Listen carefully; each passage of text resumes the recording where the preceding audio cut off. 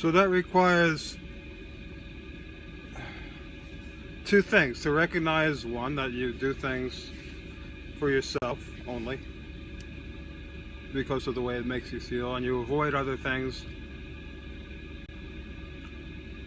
You're attached to the way what things mean for you and how things make you feel, and then you reject it all,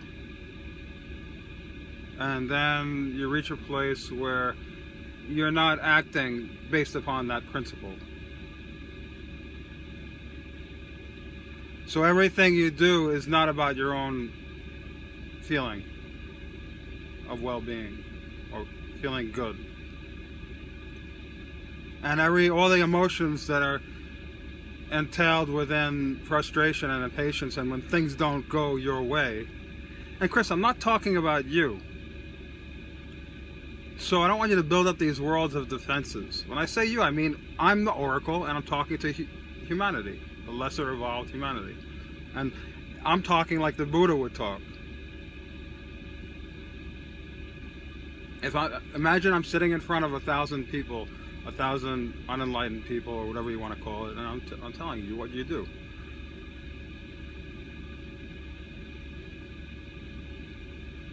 So when you stop being, non-attachment means, I said this before, it's not about not loving.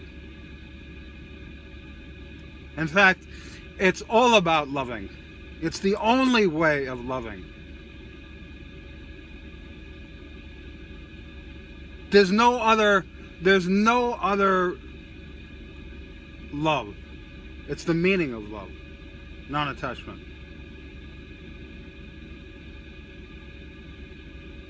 Because you do things not for the pleasure it brings you. You do things because you have a disinterested love of another person. Another means not what it can do for you, but just you want to see that other being thrive. And it brings you happiness. Even if you get nothing, it brings you joy to see others thrive. Now, there's a very subtle distinction here, because you can say, well, they're the same. If it brings me joy, then isn't it being attachment? No. There's a moment when you realize the sacrifice you're making. When you can sacrifice this is what Christ's message was all about.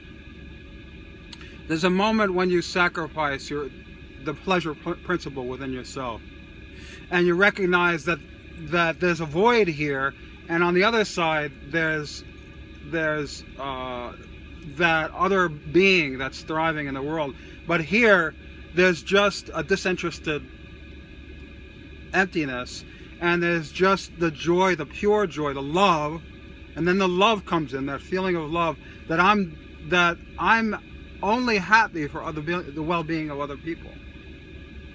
And that's the true source of genuine emotion and joy. Not the selfish. When I say selfish, I don't mean just greedy. I mean just it's all about the self. So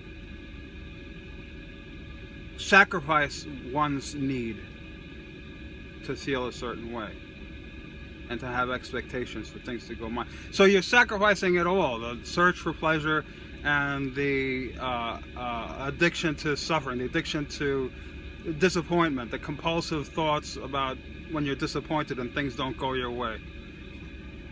I could go on and on with this, but I think you might get it.